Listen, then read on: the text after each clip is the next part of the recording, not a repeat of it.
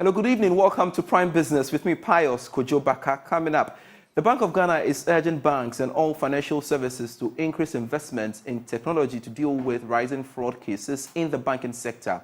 Head of Stability at the Bank of Ghana, Dr. Joseph France, stated that risk assessment must be considered as a critical aspect of gatekeeping to safeguard the banking sector.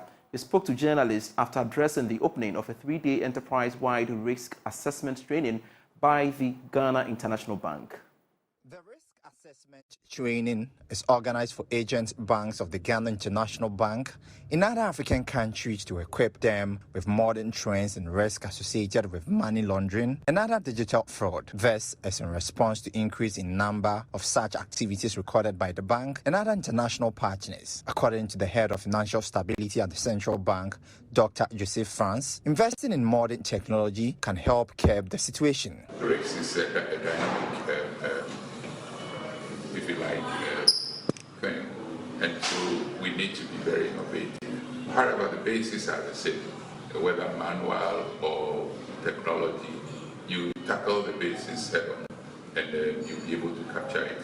But it's good for us to also advance as the technology abounds, to have the requisite technology, the requisite models to deal with this. And so we acquire the basic transaction monitoring models and to be able to tackle some of these. It helps if we can also invest very well in technology. Chief Banking Officer at the Ghana International Bank, Ophelia Atobran, underscored the need for the bank to impact new knowledge on risk assessment to its African partners. We are in the UK, we have upscaled, we are strong, robust, and we feel that we need to pass that knowledge on to the African banks. I think the recommendation really is to,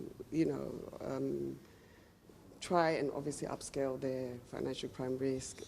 We want to see ourselves as a go-to bank for them and give them the necessary knowledge and information. Obviously, it's a constant dynamic situation. Anything happens and then they're changing rules and regulations. We have the regulator talking to us day in, day out, giving us. So we use that to pass information on to our African respondents so that they are also up to. This is part of measures by the bank to assist local banks in dealing with new risk in the banking system. Eben Sabute's report for Joy Business. On to one of our headline stories, and the independent power producers will convene an emergency meeting tomorrow, 27th July, to strategize on how to retrieve some of the debt owed them by government. Now, Joy Business understands that the debt is expected to hit $2.2 billion by the end of July. Now, the IPPs, we further learned, are unhappy because the government has breached its promise to settle part of the debt. The IPPs had threatened to stop supplying power to the national grid if the government fails to fulfill part of its obligations to them. It took the intervention of the managing director of ECG to stop the planned withdrawal of power to the national grid after a promise to settle some of the debt. Now, the action could have led to power fluctuations, particularly popularly called Doomsaw, as the 6 IPPs produces 210 megawatts of power. Joining me on phone now is the Executive Director of the Institute for Energy Security, Nana Mwesi the 7th, for more on this. Nana, pleasure you could join me on Prime Business. Now, are you worried that we've still not made any progress on this independent power producers debt issue? Good evening to you, Pius, and to your viewers. Certainly, everyone must be concerned because when it comes to the issue of power supply, every customer, every consumer does expect that he or she will be served with consistent, reliable power. However, one challenge we've been met with over the years is the issue of liquidity. And if it's not addressed, all of us know that it has negative impact on power supply. So for sure, I don't think I'm the only one concerned about this, but all of us, including you, Pius. Definitely, I know you are worried as well. Indeed, I am. I want to know the exact impact this payment delay on power supply in the country would have. Well, we've been able to scale one that is June ending where the IPP is stressing that if they don't get a firm commitment from government in paying at least 30% of what is owed them, they will shut down. They have another opportunity to meet government, and what we pick from their corridor is that nothing has changed. They are still, fixated on getting that minimal payment from government. If government doesn't do that, and probably they go back settlement and make good their word, of course, it has huge impact on the national grid, because when it comes to the supply of power from the thermal generation, it's about 65%. The entire generation mix, made up of hydro and thermal in particular, the IPPs control almost 45% of that. Taking away 45% of your power generation from the grid means that we have a huge shortfall in meeting our electricity demand. And so it's very serious a situation we have. If they pull it off, it means that demand will definitely exceed supply. There will be brownout. And if you want to avoid a brownout, what will happen is the ECG or GRICO will deliberately have to begin to do load shedding. And it has huge impact on the economy as well. As by the economic ramification, there are security implications as well, and a reputational damage to government that is not able to handle its own power sector. It will also definitely deter other investors or potential investors from coming to plant a generation, facility in Ghana. Very well. Nana, I don't know what you are learning in relation to, the progress being made by government to ensure that it reaches an amicable solution with the independent power producers over this debt issue. What are you learning? Well, what we are taking is they are going to meet government with the same demand. The last time they were persuaded, not just by the UCG board, but other eminent Ghanaians, to hold on and give government a little room. That room has been created and been given for barely a month plus. And so they are going to the table, as we understand, with the same demand from government. And at the end of the day, if they don't find any commitment, they will come back and advise themselves. This is what we are gathering. And earlier, when they issued the threat, we saw the swift intervention of ECG. Now, government would have to meet them. What should be government's posture? Well, definitely we all understand that we have financial challenge as a country. What we expect of government and the best posture government can give to this individual producers is that, look, we owe you this much. We are making this attempt to pay you. However, going forward, we are ensuring that there are no backlogs in your payments. I think that will be enough an assurance to them that going forward, we have consistent and reliable stream of revenue that we can expect to manage our obligation to other suppliers, be it fuel suppliers or other financiers of this plan. It's a huge, assurance that government can give to them, and it will serve as a good relief for them. Make sure that you are not going to delay any payment going forward, whilst you give some firm assurance to them on what is owed in the past. That's the government posture, and it will help a lot. One more quickly. What do you foresee happening in the coming days, especially as they meet tomorrow to strategize on their next line of action? I missed you there, Pius. Come again, please. I'm asking you to tell us what you foresee coming up in the days ahead as they strategize tomorrow on their next line of action. Pius, I am positive that government will be able to meet their needs at least halfway. We also see from the corridors of government that they get indication that this time the ICPs mean their word, and so they are not going to rest at all. Let's expect something positive tomorrow going forward. All right.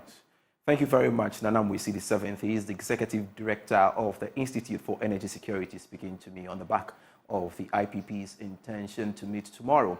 We shall keep an eye on that and, of course, keep you updated in our subsequent bulletins on that. Now, some financial institutions in the country have made a justifiable call to increase investment in the pharmaceutical sector. They say this will help Ghana develop a strong pharmaceutical market to reach other parts of the continent. Speaking to Joy Business at a partnership program between Access Bank Ghana and the Pharmaceutical Society of Ghana, the Executive Director in charge of wholesale banking at Access Bank, James Bruce, said his outfit is giving financial advice to pharmacists in addition to financial support. Ghana's pharmaceutical industry comprised of companies engaged in researching, developing, manufacturing and distributing drugs for human or veterinary use. The industry is capital intensive, hence require a lot of funding. Speaking to Joy Business at a partnership program between Access Bank Ghana and the Pharmaceutical Society of Ghana, the Executive Director in charge of wholesale banking at Access Bank, James Bruce, said his outfit is giving financial advice to pharmacists in addition to financial support. Access Bank is having this partnership with the Pharmaceutical Society of Ghana as part of a moniker which is more than banking, which is aside from just banking, we should be able to impact the societies in which we are operating in. So we took this opportunity to partner with the society essentially to give some financial advice. On this part, the president of the Pharmaceutical Society of Ghana, Samuel Kodonko, said Ghana has the potential to grow the pharmacy industry with the help of the required investment. The Pharmaceutical Society of Ghana is looking at a win-win situation for both the financial institution, which is Access Bank, and Pharmaceutical Society of Ghana, with specific emphasis on pharmacists who intend to expand their business or open new pharmacies. But there's a drive to help a lot of pharmacists to be able to open their own pharmacies. That's why you realize that from the topic, owning a community pharmacy and building a sustainable community pharmacy. And that cannot happen without a strong financial support. So we look forward to a very good collaboration that will bring in Access Bank to enable pharmacists who are contemplating or currently in a situation where they intend to open their own pharmacies to be able to do so. And to some other stories, the Ghana Electronics and Musical Instruments Dealers Association is asking the Finance Minister, Ken Ofori-Atta, to use the media budget to address the fluctuating cedi to ensure relative stability in the market. Chairman of the Electronics and Musical Instruments Dealers, Vincent Osei, appealed to the Finance Minister to consider pegging the cedi at a fixed rate to reduce the cost of doing business in the country.